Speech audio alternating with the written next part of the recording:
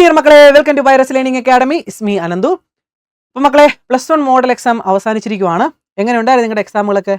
കുഴപ്പമില്ലാതെ എഴുതി കാണും അല്ലേ മക്കളെ? ആ എക്സാമിൽ നിന്ന് നമുക്ക് കിട്ടിയത് എന്താണ്? ഒരു ചാപ്റ്ററിൽ നിന്നും എങ്ങനെയൊക്കെ ക്വസ്റ്റ്യൻ ചോദിക്കുമെന്നും എത്രത്തോളം മാർക്കിന് ചോദിക്കുമെന്നുള്ള വിവരമാണ് ഈ മോഡൽ എക്സാമിന് കിട്ടിയത്.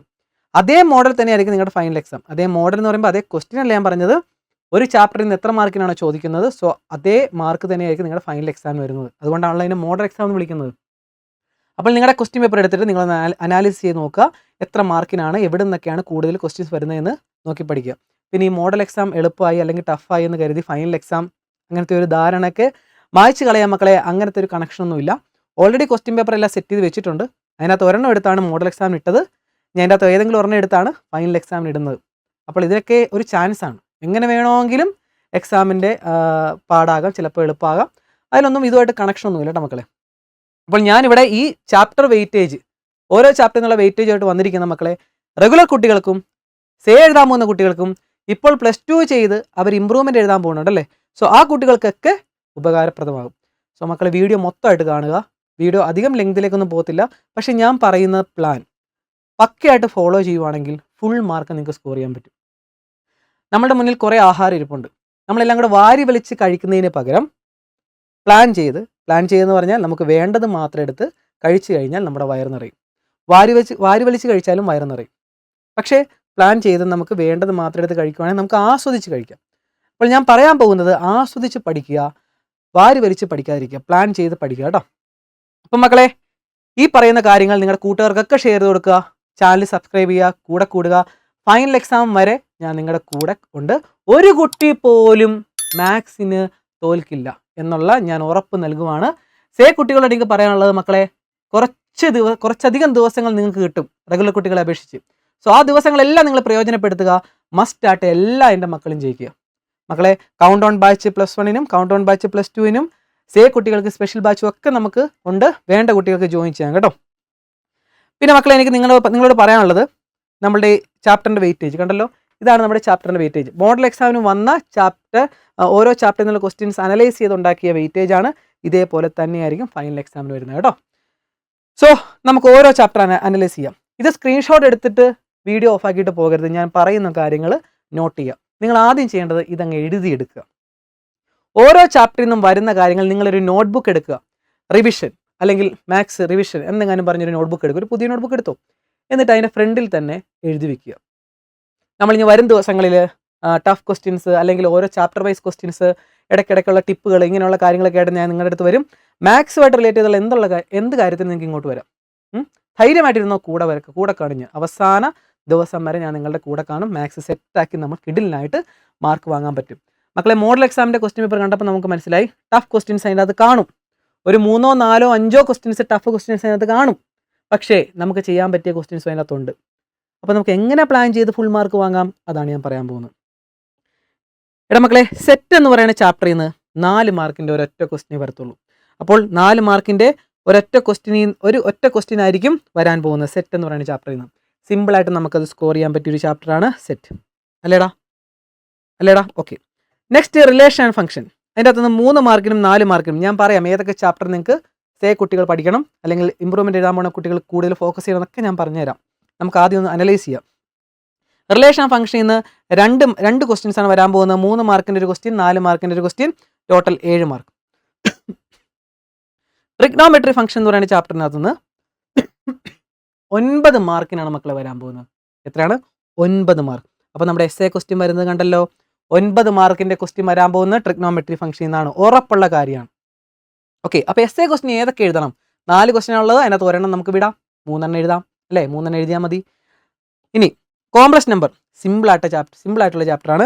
ഈ കോംപ്ലക്സ് നമ്പറും ലീനിയർ ഇനീക്വാലിറ്റിയും ഒരു കുട്ടി പോലും വിടരുത് മക്കളെ. അതിനകത്തുള്ള 4 മാർക്കിൻ്റെ ക്വസ്റ്റ്യൻ ഏതൊരാൾക്കും ചെയ്യാൻ പറ്റുന്ന ക്വസ്റ്റ്യനാണ്.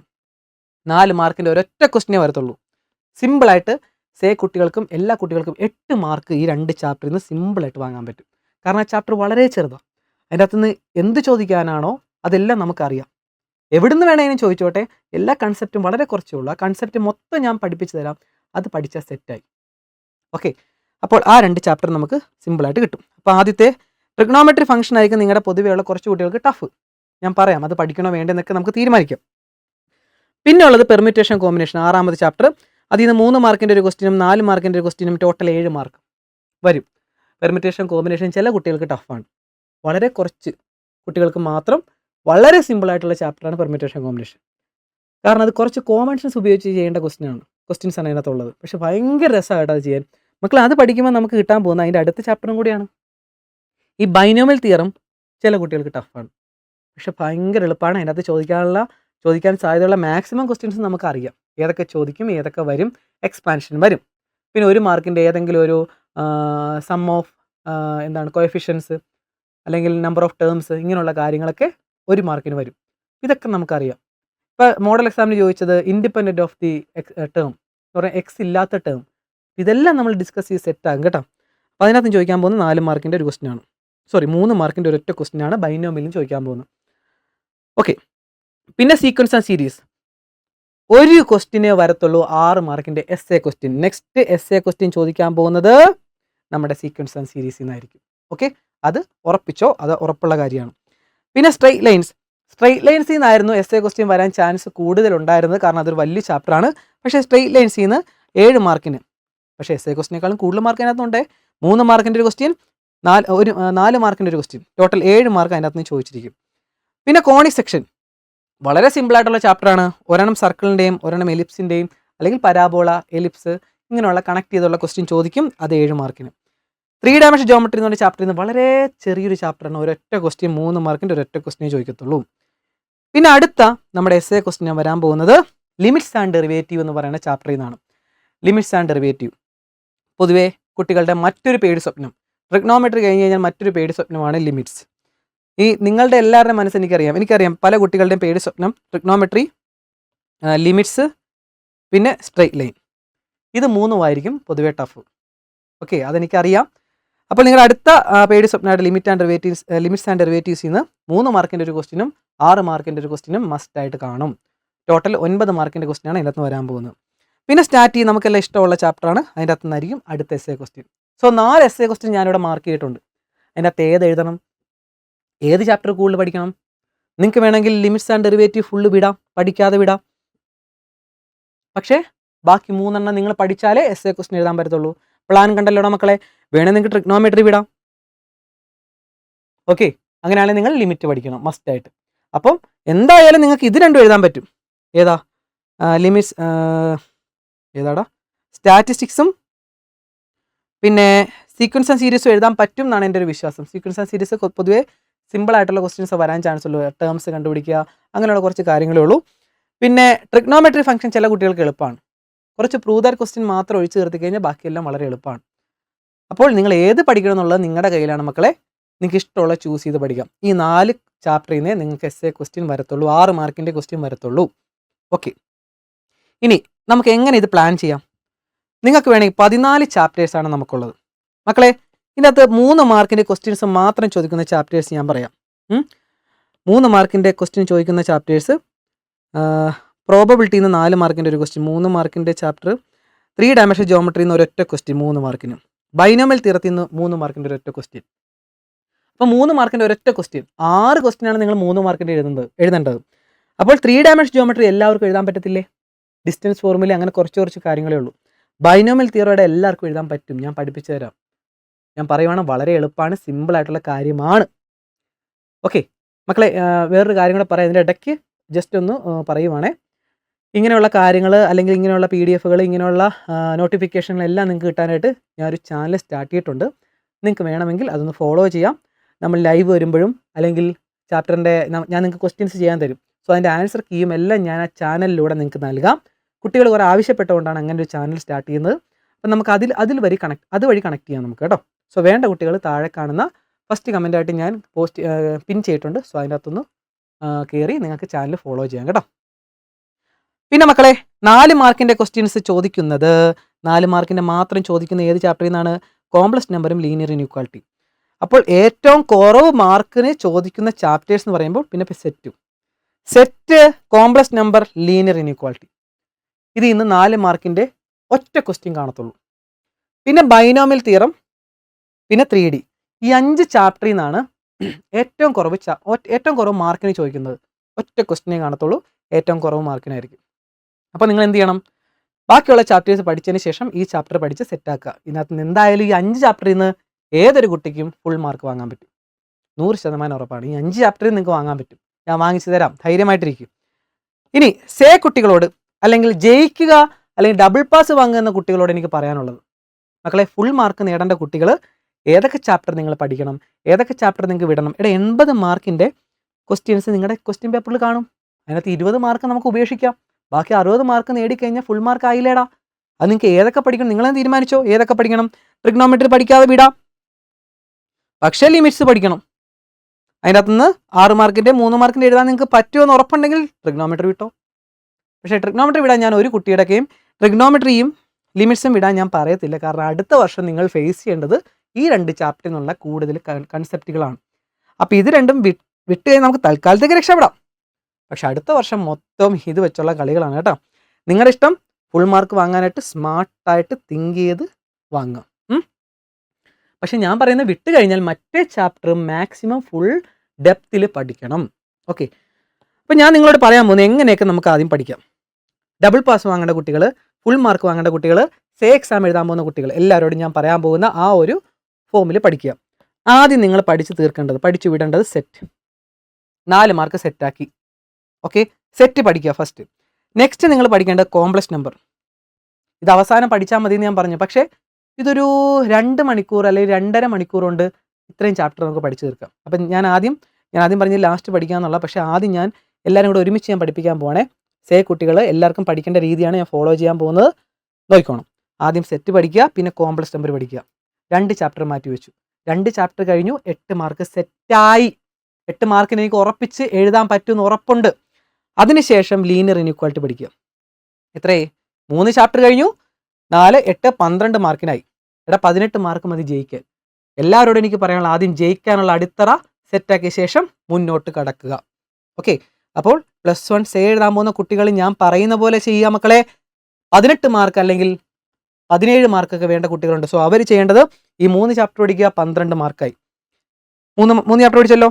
സോ അടുത്തതായിട്ട് നിങ്ങൾ പഠിക്കേണ്ടത് 3 ഡയമെൻഷൻ ജോമെട്രി. വളരെ എളുപ്പമുള്ള ചാപ്റ്ററാണ് 3 ഡയമെൻഷൻ ജോമെട്രി. 4 ചാപ്റ്റർ ആയല്ലോ. എത്രയായി? 12, 3, 15 മാർക്കായി. പിന്നെ നിങ്ങൾ പഠിക്കേണ്ടത് പ്രോബബിലിറ്റി. 15, 4, 19 മാർക്കായി. ജയിച്ചു, സുഖമായിട്ട് ജയിച്ചു. അപ്പോൾ എത്ര? 5 ചാപ്റ്റർ നമ്മൾ പഠിച്ചു, സ്വസ്ഥമായിട്ടിരുന്നോ, ജയിച്ചു. 5 ചാപ്റ്ററിൽ നിങ്ങൾക്ക് എഴുതാൻ പറ്റും. ഇനി നമ്മൾ പഠിക്കാൻ പോകുന്ന 5 ചാപ്റ്റർ പഠിച്ച് വളരെ എളുപ്പം ഒരു 2.5-3 മണിക്കൂർ കൊണ്ട്, 3 മണിക്കൂർ അല്ലെങ്കിൽ 3.5 മണിക്കൂർ എടുത്തോ മാക്സിമം, ഈ 5 ചാപ്റ്ററും തീരും. അതാണ് ഇതിൻ്റെ പ്രത്യേകത. 3.5 മണിക്കൂർ കൊണ്ട് ഈ 5 ചാപ്റ്റർ തീരും.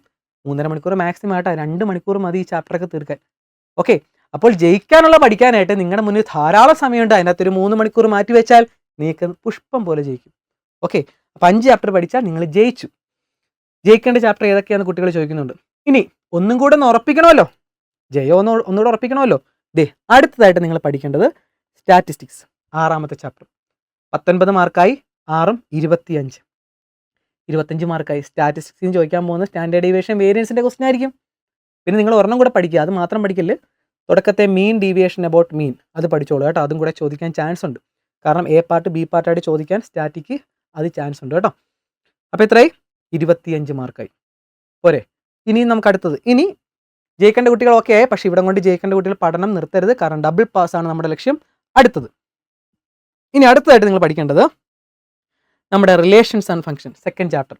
ശരിക്കും സെറ്റ് ചെയ്തിട്ടുള്ള അടുത്ത ചാപ്റ്ററാണ്. പക്ഷേ ജയം ഉറപ്പിച്ച ശേഷം റിലേഷനിലേക്ക് കടക്കുക. കുറച്ച് വലിയ ചാപ്റ്ററാണ്. ക്രോസ് പ്രോഡക്റ്റ്, റിലേഷൻസ് അല്ലേ, പിന്നെ ഫങ്ഷൻസ്, കുറേ ഗ്രാഫുകൾ, ഡൊമൈൻ, റേഞ്ച്, ഇങ്ങനെയുള്ള കുറേ കാര്യങ്ങൾ അതിനകത്തുണ്ട്. സോ അത് പഠിക്കാൻ കുറച്ച് സമയം വേണം. അപ്പോൾ ജയം ഉറപ്പിച്ച ശേഷം നമ്മൾ റിലേഷൻസ് ആൻഡ് ഫംഗ്ഷൻ പഠിക്കുക. അപ്പോൾ എത്രയായി? നമുക്കിപ്പോൾ എത്ര മാർക്ക് ആയിടാം? 7, 4, 11, 15, 19, 22, 22, 10, 32 മാർക്കായേ. 4 മാർക്ക് കൂടെ മതി നമുക്ക് ഡബിൾ പാസിന്. ഓക്കെ, നെക്സ്റ്റ് നിങ്ങൾ പഠിക്കേണ്ടത് കോണിക് സെക്ഷൻ. എല്ലാവർക്കും പറ്റും. ഓക്കെ, 32ഉം 7ഉം 39 മാർക്കായി. സമാധാനത്തോടിരിക്കും. കാരണം എന്താ? അടിത്തറ ഭാഗി നമ്മൾ കുറച്ചുകൂടെ മുകളിലേക്ക് വന്നു. കാരണം ഡബിൾ പാസ് വരെയായി, സെറ്റായി. ഇനി നമുക്ക് അതിൻ്റെ മുകളിലേക്ക് പോവാം. ഇത്രയും വരെ പഠിച്ച ശേഷം മക്കളെ, ഇത്രയും വരെ പഠിച്ച ശേഷം ട്രിഗ്നോമെട്രി ലിമിറ്റ് നമ്മൾ തൊട്ടിട്ടില്ലേ മക്കളെ, തൊട്ടിട്ടില്ല നമ്മൾ. ഓക്കെ, ഇത്രയും വരെ പഠിച്ച ശേഷം നിങ്ങൾ കടക്കേണ്ട അടുത്ത ചാപ്റ്ററാണ് പെർമ്യൂട്ടേഷൻ കോമ്പിനേഷൻ, പിന്നെ ബൈനോമിയൽ. രണ്ടും കൂടെ ഒരുമിച്ച് പഠിക്കാം. ഇനി അത് ബുദ്ധിമുട്ടുള്ള കുട്ടികളാണെങ്കിൽ നിങ്ങൾക്ക് സീക്വൻസ് ആൻഡ് സീരീസ് പഠിക്കാം. അത് നിങ്ങൾക്ക് ചോയ്സാണ്, നിങ്ങൾക്ക് തന്നിരിക്കുന്നു. ചില കുട്ടികൾക്ക് പെർമ്യൂട്ടേഷൻ കോമ്പിനേഷൻ, പക്ഷേ മക്കളെ ഭയങ്കര എളുപ്പമാണ്, അതിൻ്റെ ക്ലാസ് വേണമെങ്കിൽ ഞാൻ ചെയ്തു തരാം. എത്രത്തോളം എളുപ്പമാണെന്നറിയോ അത്. ഓക്കെ മക്കളെ, അതേപോലെ തന്നെ കൗണ്ട് ഡൗൺ ബാച്ചിലോ അല്ലെങ്കിൽ സേവ് ബാച്ചിലോ ജോയിൻ ചെയ്യാൻ താല്പര്യമുള്ള താഴെ കാണുന്ന നമ്പറിൽ ഒരു മെസ്സേജ് അയക്കുക, ഞാൻ റിപ്ലൈ ചെയ്യുന്നത് നിങ്ങളെ ബാച്ചിൽ ആഡ് ചെയ്യാം കേട്ടോ. മക്കളെ, പെർമ്യൂട്ടേഷൻ കോമ്പിനേഷൻ വളരെ എളുപ്പമുള്ള ചാപ്റ്ററാണ്. സോ അത് നിങ്ങൾക്ക് 7 മാർക്ക് കിട്ടാൻ പോകുന്നത്, ചോദിക്കാൻ പോകുന്നത് ഇത്ര ഉള്ള ഒരു വേർഡിൻ്റെ അസോസിയേഷൻ തരും, വേർഡ് തരും, അതിനെ അസോസിയേറ്റ് ചെയ്ത് അറേഞ്ച്മെൻറ്റ്, ആ ഒരു ക്വസ്റ്റ്യൻ കാണും. പിന്നെ കോമ്പിനേഷൻ ഒരു ക്വസ്റ്റ്യൻ കാണും, കാർഡിൻ്റെ ക്വസ്റ്റ്യൻ അല്ലെങ്കിൽ കമ്മിറ്റി ഫോം ചെയ്യുന്ന അങ്ങനത്തെ രീതിയിലുള്ള സെലക്ഷൻ, ആ ഒരു രീതിയിലുള്ള ക്വസ്റ്റ്യൻ കാണും. ആ 7 മാർക്ക് നിങ്ങൾക്ക് സിമ്പിളായിട്ട് സ്കോർ ചെയ്യാം. അതോടൊപ്പം ബൈനോമിൽ ഒരു കുട്ടി പോലും വിടരുത് കേട്ടോടാ. എന്തുകൊണ്ടാണ് അത് ഇത്ര ടഫാണെന്ന് പറയാൻ എനിക്കറിയാൻ പറ്റില്ല. ഏട്ടാ എന്ത് രസമാണെന്നറിയാം ചെയ്യാൻ, കുറേ ഉണ്ട് ചെയ്യാൻ, പക്ഷെ അതൊരു ഫോമിൽ അങ്ങ് എഴുതി ഫ്ലോയിൽ അങ്ങ് പൊക്കോളും. അപ്പോൾ അതിനുശേഷം നിങ്ങൾ ബൈനോമിൽ പഠിക്കുക. അപ്പോൾ എത്ര മാർക്കായി? 4, 11, 11 4 15, 15 4 19, 26, 29, 36, 39, 46 മാർക്കായേ. 46 മാർക്കായി നമുക്ക്. ഓക്കെ, 60 മാർക്ക് മതിയേ. അതിനുശേഷം നിങ്ങൾ പഠിക്കേണ്ടത് സീക്വൻസ് ആൻഡ് സീരീസ്. 46 അല്ലേടാ, സീക്വൻസ് ആൻഡ് സീരീസ് പഠിക്കുക. 46 ആറും 52 മാർക്കായി. 60ൽ 52 മാർക്കിനുള്ളതായി. എന്തോരം സമയം നമുക്ക് മിച്ചമുണ്ടെന്നറിയോ ഇനിയും മക്കളെ. അതിനുശേഷം നിങ്ങൾ പഠിക്കേണ്ട ഇനിയുള്ള 3 ചാപ്റ്ററേ ഉള്ളൂ നിങ്ങളുടെ മുന്നിൽ. ആ 3 ചാപ്റ്റർ ഏത് പഠിക്കണമെന്നുള്ളത് നിങ്ങൾക്ക് തീരുമാനിക്കുക. അതാണ് ലാസ്റ്റ് ഞാൻ പഠിക്കാൻ വേണ്ടി വെച്ചിരിക്കുന്ന ടഫായിട്ടുള്ള 3 ചാപ്റ്റേഴ്സ്.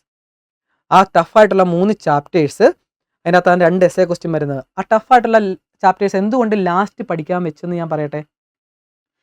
ആ ചാപ്റ്റേഴ്സ് വേണമെങ്കിൽ നിങ്ങൾക്ക് നിങ്ങളുടെ എക്സാം കഴിഞ്ഞിട്ടുള്ള ഗ്യാപ്പില്ലേ, ആ സമയത്ത് വേണമെങ്കിൽ പഠിക്കാം. ഇമ്പ്രൂവ്മെൻറ്റ് കുട്ടികൾക്കും വേണമെങ്കിൽ ആ സമയത്ത്, കാരണം നിങ്ങളുടെ ബയോളജിയുടെ എക്സാം കഴിഞ്ഞാൽ നിങ്ങൾക്ക് ഗ്യാപ്പുണ്ട്. കമ്പ്യൂട്ടർ കുട്ടികൾക്ക് ഗ്യാപ്പ് കുറവാണെങ്കിലും ബയോളജി എഴുതാൻ പോകുന്ന +2 കുട്ടികൾക്ക് ഗ്യാപ്പുണ്ട്. സോ ആ ഗ്യാപ്പ് നമുക്ക് ഉപകാരപ്പെടും. അതേപോലെ +1 കുട്ടികൾക്ക് 22-ാം തീയതി ഫിസിക്സ് കഴിഞ്ഞാൽ പിന്നെ 23, 24 എടുത്ത് വേണമെങ്കിൽ ആ ചാപ്റ്റർ പഠിക്കാനേ ഉള്ളൂ.